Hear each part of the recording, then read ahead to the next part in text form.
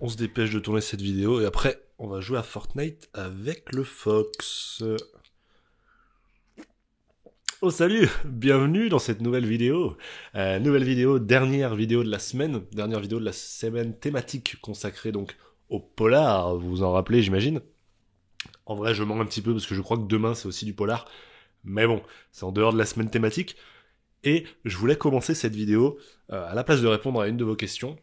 Peut-être que c'est une question que vous vous posez, c'est quels sont les 7 titres qui composeront donc la fameuse semaine thématique sur les tomes 1, semaine qui commencera je ne sais plus, le 19, c'est quelque chose comme ça. Le 20? Le 20 je crois. Bref, le lundi 20, ouais. Donc 7 tomes 1, lesquels est-ce que j'ai choisi? Eh ben écoutez, je vous ai fait voter à la fois sur Instagram et à la fois dans l'onglet communauté de YouTube. Il y a des titres qui sont énormément revenus, et donc je pouvais pas ne pas les choisir. Les deux qui sont le plus revenus, mais de loin, c'est évidemment Sandman de Neil Gaiman. Évidemment, voilà, on se lira le tome 1 de Sandman. C'est pour ça que je le fais que dans une semaine. Je vais essayer de prendre de l'avance un petit peu, lire certains bouquins, pouvoir les digérer, pouvoir prendre le temps de les lire en 2 jours s'il faut, et pas me presser à lire un truc comme Sandman quoi, qui est ultra important et qui me fait hyper envie. Donc voilà, si je prends 2-3 jours et qu'il n'y a pas de vidéo pendant 2-3 jours la semaine prochaine, c'est totalement normal, c'est que je serai en train de lire Sandman notamment. Voilà, je crois que c'est le plus gros dans ce qu'il y a. On a pas mal de trucs qui, heureusement, sont édités en nomade et qui vont me coûter beaucoup moins cher, parce que Sandman, donc j'ai pris d'occasion, ça y est, je l'ai acheté, il devrait arriver dans les prochains jours. J'espère fort. Donc, on a Y, le dernier homme, qui était le deuxième plus cité, quasiment à égalité avec Sandman, de Brian Kevough et Pia Guerra. Très très hâte évidemment de lire Y le dernier homme, c'est aussi une pièce d'histoire, j'en entends beaucoup parler depuis que j'ai commencé les comics. Donc évidemment que je vais foncer dessus, c'est une évidence. Toujours dans cette urban nomade, on a Transmétropolitan de Warren Ellis et d'Eric Robertson qui a été ultra cité. Franchement, ça c'est vraiment le top 3 de ce qui a été le plus cité, comme quoi Urban Nomad fait bien son taf hein, en éditant ça. Je crois d'ailleurs que c'est quasiment que du Urban. Je crois qu'il y en a un qui est pas chez Urban. Mais ouais, Transmétropolitan, évidemment, Warren Ellis.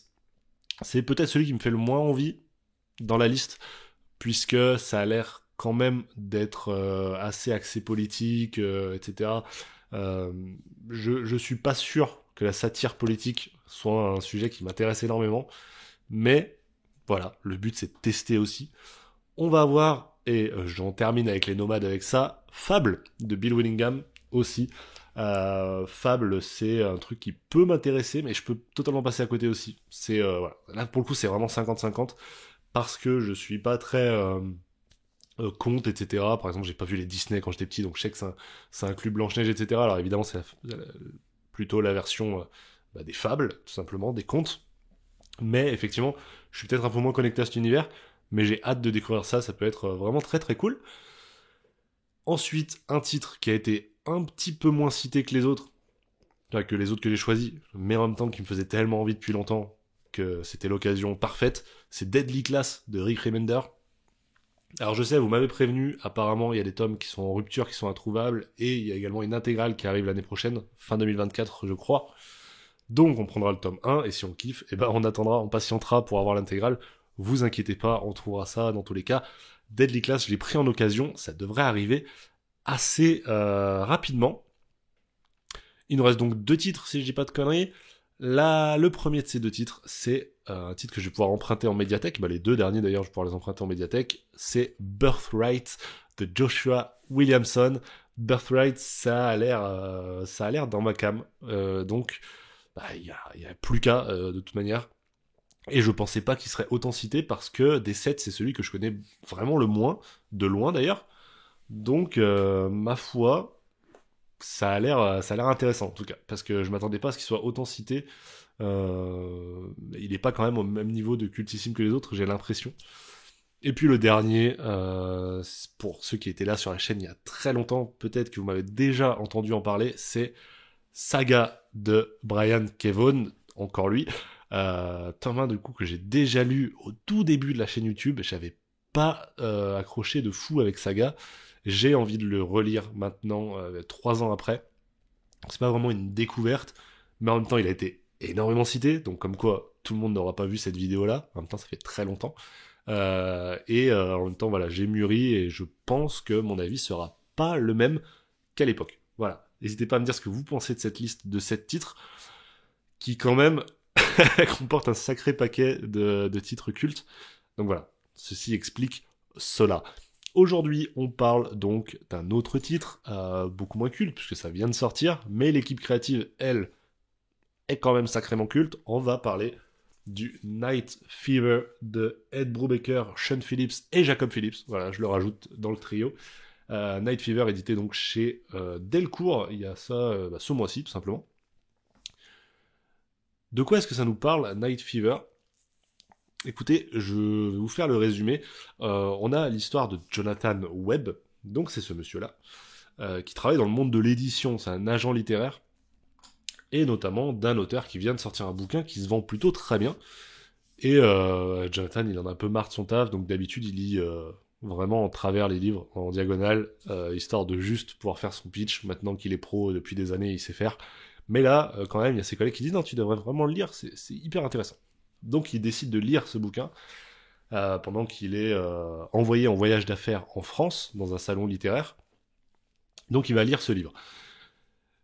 Et ce livre, étonnamment, raconte un rêve que lui-même a fait.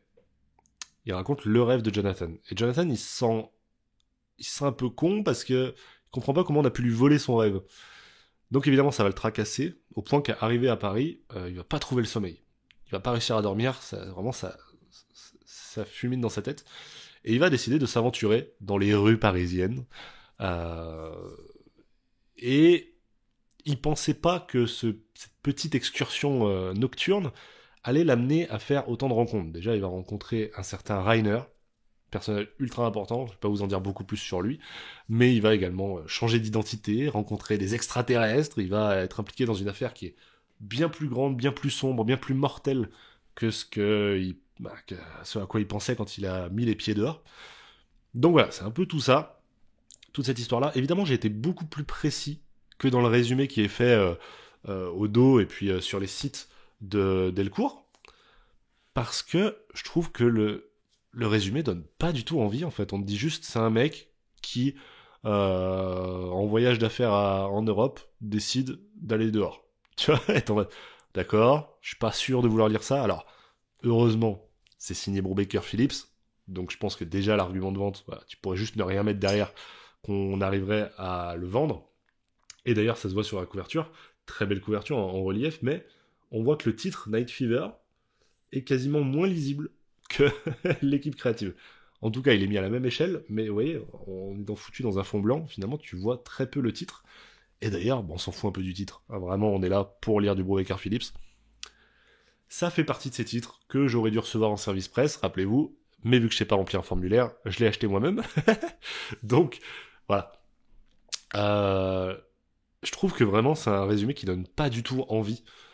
Et si j'avais pas été aussi fan de Brubaker Phillips, je l'aurais probablement pas pris. Je trouve que la vidéo comme celle-ci, j'entends les voisins, les vidéos comme celle-ci, ou comme le font certains autres youtubeurs comics, elles sont hyper importantes pour mettre en valeur ce genre de titre, quand l'édition le fait pas assez. Donc c'est pour ça, je prends très à cœur cette vidéo, et vous allez comprendre pourquoi. Déjà, le scénario de Brubaker, évidemment, vous savez mon amour pour ce monsieur, je le trouve vraiment hyper qualitatif. Au fur et à mesure que Jonathan se retrouve impliqué dans des histoires de fous, et ben en fait, le rythme va s'accélérer. Donc au fur et à mesure, en fait, tu vas quasiment suivre le battement cardiaque du gars, et vraiment, ça va aller de plus en plus vite. Au début, t'es vraiment, tu vois, il arrive à Paris, ça se met en place tout doucement, et puis d'un coup, on commence à y aller. C'est hyper kiffant, ce point-là du scénario. Ce qui pourrait passer pour un point faible, selon moi, c'est ce qui d'habitude est le point fort de Brubaker, et ce pourquoi il est hyper connu, c'est sa mise en place des personnages, sa caractérisation, et son réalisme au niveau des personnages. Et là, la caractérisation, elle est quasiment pas faite, en fait. Le personnage même de Jonathan Webb, on va quasiment pas nous expliquer qui il est. On connaît son taf, on sait qu'il est marié, qu'il a des enfants, mais à part ça, pas grand-chose. Et pourquoi je dis que c'est pas un défaut, c'est parce que très vite, en fait, il va adopter, comme je vous l'ai dit, une nouvelle identité. Et c'est ce personnage-là qu'on va apprendre à connaître. Au fur et à mesure qu'il le crée, nous, on va apprendre à le connaître. Et c'est beaucoup plus intéressant de faire comme ça. Le deuxième personnage, qui est Rainer, lui, on va quasiment rien nous dire dessus, et en fait, on s'en fout. C'est pas important. C'est plus un vecteur qu'autre chose, ce personnage-là. Donc, encore une fois, ce qui pourrait passer pour un point faible n'en est pas du tout un, pas du tout un. Mais en fait, ouais, ça se révèle être un grand kiff. Mais si j'ai autant de plaisir à vous parler de ce bouquin, c'est pas pour Bob Baker, étonnamment. C'est vraiment pour le duo père et fils Phillips. Bordel de merde. Autant Bob Baker, tu pourrais dire que c'est pas son meilleur récit, parce qu'effectivement, on n'est pas au niveau de Criminal, Fondu au Noir ou Killer Be Killed. Autant au niveau des dessins et de la couleur, du coup. Bordel, je pense que c'est peut-être le truc le plus beau que j'ai lu de Phillips. Franchement. Et d'ailleurs, la postface de Brubaker rend énormément hommage au dessinateur en disant que, selon lui aussi, c'est un des meilleurs dessins qu'on a vu. Évidemment, t'es pas très impressionné dans les premières pages, parce que c'est très joli, hein. C'est très très joli. Mais là, tu vois, il est au salon littéraire. Ok. Fin du chapitre. Très bien. Tu vois, il se couche. D'accord, très bien. Il n'arrive pas à dormir. Fin de chapitre. Et là, tu tournes la page, et on est de nuit. Et alors, de nuit, ça te donne ça.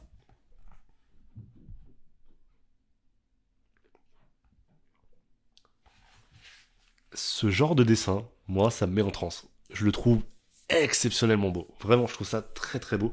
Il y a une splash page là que je vous ai mis je me suis mis un petit marque-page parce que... Regardez-moi ça. C'est tellement stylé. Aïe aïe aïe aïe aïe aïe aïe aïe aïe. J'essaye de m'orienter pour pouvoir vous montrer correctement les dessins. Regardez-moi, vous voyez, je sais pas si vous voyez là. J'essaye de vous montrer mieux, mais... Je vais y arriver, hein. Non, on va pas y arriver. Si, regardez. Comment les dessins sont reliés par une sorte de petite toile gluante et tout. Franchement, c'est le sommet de leur art. Notamment les couleurs, vraiment, de Jacob Phillips. Pour moi, c'est là où il s'éclate le plus. Et je pense qu'ils vraiment, ils lui ont donné carte blanche, quoi. C'est juste... C'est juste trop, trop beau. Voilà. Donc, évidemment, Brubaker, t'es jamais déçu au niveau du scénar. En tout cas, très rarement. Mais alors, quand les Phillips font un taf aussi monumental, bah tu peux que foncer. Donc moi je peux que vous inviter à découvrir Night Fever. Je sais pas à combien il est, je me rappelle plus, mais vous voyez, il est quand même assez fin. Donc voilà, et dans cette très belle édition de Delcourt en plus, franchement, je peux que vous inviter à y aller, foncer sur Night Fever et faites-moi des retours, parce que je pense que ça va pas être le titre le plus vendu de Brubaker et Phillips, alors qu'il a vraiment des gros avantages, des grosses qualités, pardon, que n'ont pas les autres, quoi. Voilà, c'était une vidéo assez courte, j'allais dire, mais en fait, je suis en train de regarder que non, avec cette introduction assez longue. Merci à tous de l'avoir regardé, ça me fait toujours chaud au cœur de vous voir au rendez-vous. On se retrouve demain pour une nouvelle vidéo, pour une semaine qui va être un peu moins chargée que les autres, hein, comme je vous ai dit. On va faire 3-4 vidéos, je pense, dans la semaine. Et d'ici là, évidemment, portez-vous bien, prenez soin de vos proches, c'est le plus important. Ciao tout le monde.